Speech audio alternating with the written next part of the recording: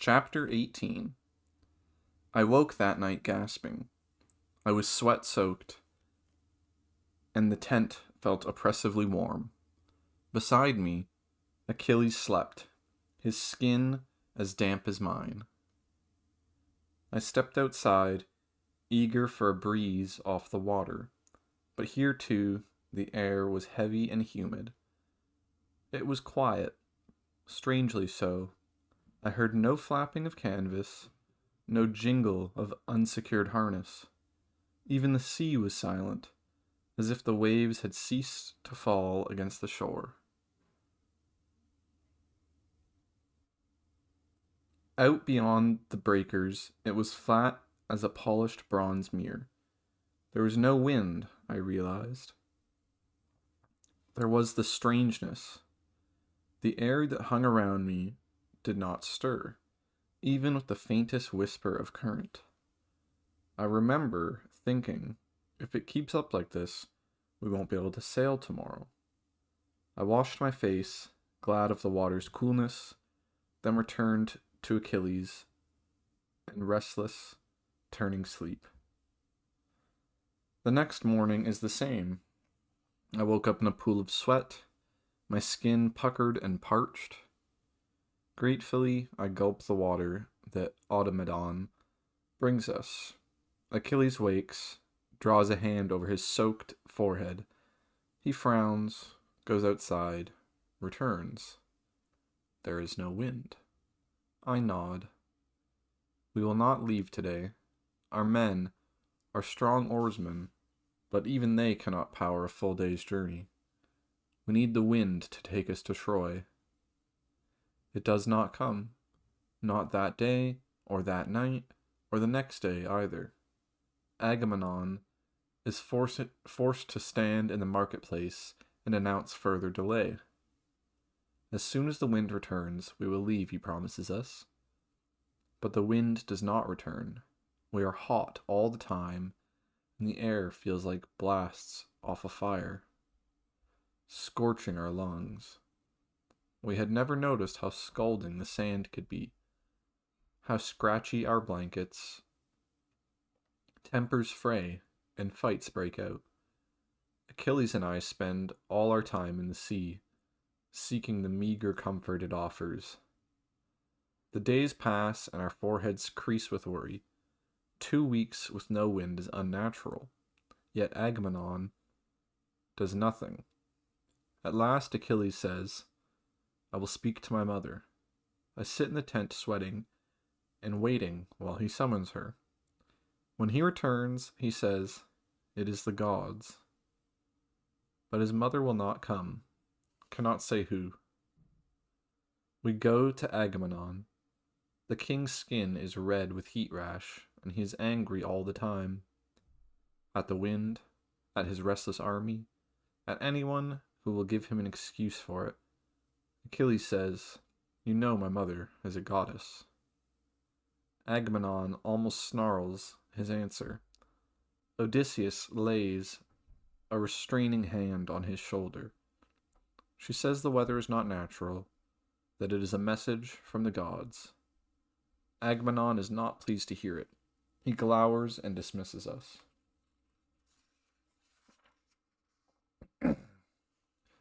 A month passes. A weary month of feverish sleep and sweltering days. Men's faces are heavy with anger, but there are no more fights. It is too hot. They lie in the dark and hate each other. Another month. We are all, I think, going to go mad, suffocated by the weight of the motionless air. How much longer can this go on? It is terrible. The glaring sky that pins down our host. The choking heat we suck in with every breath. Even Achilles and I, alone in our tent, with hundreds of games we make for each other, feel winnowed and bare. When will it end? Finally, the word comes. Agamemnon is spoken with the chief priest, Calchas. We know him. He is small, with a patchy brown beard. An ugly man, with a face sharp like a weasel, and a habit of running a flickering tongue over his lips before he speaks. but most ugly of all are his eyes. Blue, bright blue. When people see them, they flinch. But such things are freakish. He is lucky he was not killed at birth. Calchas believes it is the goddess Artemis we have offended, though he does not say why. He gives the usual prescription, an enormous sacrifice. Dutifully, the cattle are gathered, and the honey wine mixed. At our next camp meeting, Agamemnon announces that he has invited his daughter to help preside over the rites. She is a priestess of Artemis, and the youngest woman ever to have been so anointed. Perhaps she can soothe the raging goddess. Then we hear more. This daughter is being brought from Mycenae, not just for the ceremony, but for marriage to one of the kings. Weddings are always propitious, pleasing to the gods. Perhaps this too will help. Agamemnon summons Achilles and me to his tent. His face looks rumpled and swollen, the skin of a man who has not been sleeping. His nose is still red with rash. Beside him sits Odysseus, cool as ever. Agamemnon clears his throat. Prince Achilles, I have called you here with a proposition. Perhaps you have heard that. He stops, clears his throat again. I have a daughter, Iphigenia. I would wish her to be your wife. We stare. Achilles' mouth opens, closes. Odysseus says, Agamemnon offers you a great honor, Prince of Phaeda. Achilles stutters, a rare clumsiness. Yes, and I thank him. His eyes go to Odysseus, and I know what he is thinking. What of Didyma? Achilles is already married, as Odysseus well knows. But the king of Ithaca nods, slight so that Agamemnon will not see. We are to pretend that the princess of Cycros does not exist. I'm honored that you would think of me, Achilles says, hesitating still. His eyes flicker to me in a question. Odysseus sees, as he sees everything. Sadly, you will only have a night together before she must leave again, though of course, much may happen in that night. He smiles. No one else does. It will be good, I believe, a wedding. Agamemnon's words came slowly. Good for our families, good for the men. He does not meet our gaze. Achilles is watching for my answer. He will say no if I wish it. Jealousy pricks, but faintly. It will only be a night, I think. It will win him status and sway, and make peace with Agamemnon. It will mean nothing. I nod, slight, as Odysseus had.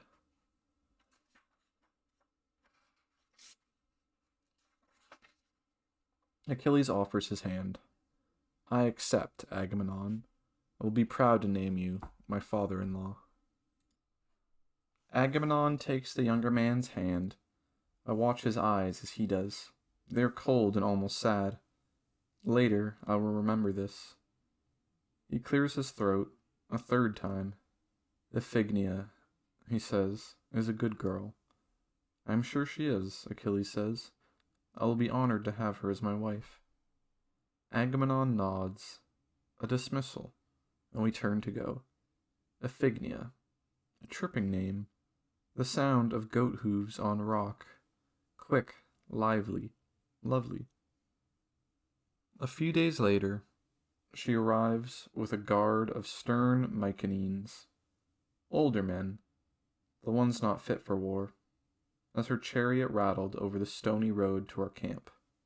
Soldiers came out to stare. It had been long now since many of them had seen a woman. They feasted on the curve of her neck, a flash of ankle, her hands prettily smoothing the skirt of her bridal gown. Her brown eyes were lit with excitement. She was coming to marry the best of the Greeks. The wedding would take place in our makeshift marketplace. the square wooden platform with a raised altar behind it.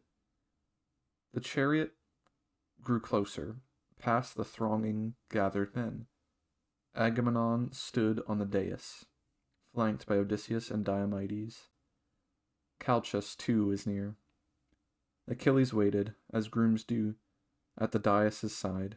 Iphigenia stepped delicately out of her chariot and onto the raised wood floor. She was very young, not yet 14, caught between priestess poise and childlike eagerness. She threw her arms around her father's neck, laced her hands through his hair. She whispered something to him and laughed. I could not see his face, but his hands on her slender shoulders seemed to tighten. Odysseus and Diomedes moved forward, all smiles and bows, offering their greetings. Her responses were gracious but impatient. Her eyes were already searching for the husband she had been promised. She found him easily, her gaze catching on his golden hair. She smiled at what she saw. At her look, Achilles stepped forward to meet her, standing now just at the platform's edge. He could have touched her then, and I saw him start to reach towards her tapered fingers, fine as sea-smoothed shells. Then the girl stumbled. I remember Achilles frowning. I remember him shift to catch her. But she wasn't falling. She was being dragged backwards, to the altar behind her. No one had seen Diomedes move, but his hand was on her now, huge against her slender collarbone, bearing her down to the stone surface. She too was shocked. She was too shocked to struggle, to know even what was happening. Agamemnon yanked something from his belt. It flashed in the sun as he swung it. The knife's edge fell onto her throat, and blood spurted over the altar, spilled down her dress. She choked. I tried to speak, and could not. Her body thrashed and writhed, but the hands of the king pinned her down. At last her struggles grew weaker, her kicking less. At last she lay still. Blood slicked Agamemnon's hands. He spoke into the silence. The goddess is appeased. Who knows what might have happened then? The air was close with the iron salt smell of her death. Human sacrifice was an abomination, driven from our lands long ago, and his own daughter. We were horrified and angry, and there was a violence in us. Then, before we could move, something on our cheeks. We paused, unsure, and it came again, soft and cool and smelling of the sea. A murmur went through the men. Wind. The wind has come. Jaws unclenched and muscles loosened. The goddess is appeased. Achilles seemed frozen, fixed to his spot beside the dais. I took his arm and pulled him through the crowd towards our tent. His eyes were wild, and his face was spattered with her blood. I wet a cloth and tried to clean it away, but he caught my hand. I could have stopped them, he said. The skin of his face was very pale. His voice was hoarse. I was close enough. I could have saved her. I shook my head. You could not have known. He buried his face in his hands and did not speak. I held him and whispered all the bits of broken comfort I could find. After he had washed, his hands stained and changed his bloodied clothes, Agamemnon called us all back to the marketplace. Artemis, he said, had been displeased with the bloodshed this huge army intended. She demanded payment for it in advance. In kind, cows were not enough. A virgin priestess was required. Human blood for human blood. The leader's eldest daughter would be best. Iphigenia had known, he said, had agreed to do it. Most men had not been close enough to see the startled panic in her eyes. Gratefully, they believed their general's lie. They burned her that night on cypress wood. the tree of our darkest gods. Agamemnon broached 100 casks of wine for celebration. We were leaving for Troy on the tomorrow's morning tide. Inside our tent, Achilles fell into exhausted sleep, his head in my lap. I stroked his forehead, watching the trembles of his dreaming face. In the corner lay his bloodied groom's tunic. Looking at him, my chest felt hot and tight. It was the first death he had ever witnessed. I eased his head off my lap and stood. Outside, men sang and shouted, drunk and getting drunker. On the beach, the pyre burned high, fed by the breeze. I strode past campfires, past lurching soldiers. I knew where I was going. There were guards outside his tent, but they were slumping, half asleep. "Who are you?" one asked. Starting up, I stepped past him and threw open the tent's door. Odysseus turned. He had been standing at a small table, his finger to a map. There was a half-finished dinner plate beside it. "Welcome, Patroclus." "It's all right, I know him," he added to the guard, stuttering apologies behind me. I waited until the man was gone. "I thought you might come." I made a noise of contempt. "You would say that whatever you thought." He half smiled. "Sit if you like. I'm just finishing my dinner." "You let them murder her." I spat the words at him. He drew a chair to the table. "What makes you think I could have stopped them?" "You would have, if it had been your daughter." I felt like my eyes were throwing off sparks. I wanted him to burn. "I don't have a daughter." He tore a piece of bread, sopped it into gravy, ate. "Your wife, then? What if it had been your wife?" He looked up at me. "What do you wish me to say? That I would not have done it?" "Yes, I would not have. But perhaps that is why Agamemnon is king of Mycenae, and I rule only Ithaca." Too easily his answers came to him. His patience enraged me. "Her death is on your head." A wry twist of his mouth. "You give me too much credit. I am a counselor only, Patroclus, not a general. You lied to us." "About the wedding? Yes. It was the only way Clytemnestra would let the girl come. The mother back in Argos." Questions rose in me, but I knew this trick of his. I would not let him divert me from my anger. My finger stabbed the air. "You dishonored them." Achilles had not thought of this yet. He was too grieved with the girl's death, but I had. They had tainted him with their deceit. Odysseus waved a hand. "The men have already forgotten he was part of it. They forgot it when the girl's blood spilled. It is convenient for you to think so." He poured himself a cup of wine, drank. "You are angry, and not without reason. But why come to me? I did not hold the knife, or the girl." "There was blood," I snarled, "all over him, his face, and his mouth. Do you know what it did to him?" "He grieves that he did not prevent it." "Of course," I snapped. He could barely speak. Odysseus shrugged. "He has a tender heart. An admirable quality, surely. If it helps his conscience, tell him I placed Diomedes where he was on purpose, so Achilles would see too late." I hated him so much I could not speak. He leaned forward in his chair. "May I give you some advice? If you are truly his friend, you will help him leave this soft heart behind. He's going to Troy to kill men, not rescue them." His dark eyes held me like swift running current. He is a weapon, a killer. Do not forget it. You can use a spear as a walking stick, but that will not change its nature.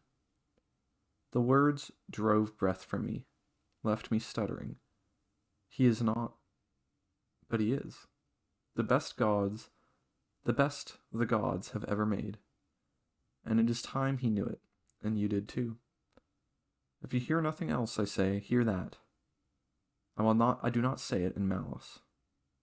I was no match for him, and his words lodged like quills, and would not be shaken loose. You are wrong, I said. He did not answer me, only watched me turn and flee from him in silence.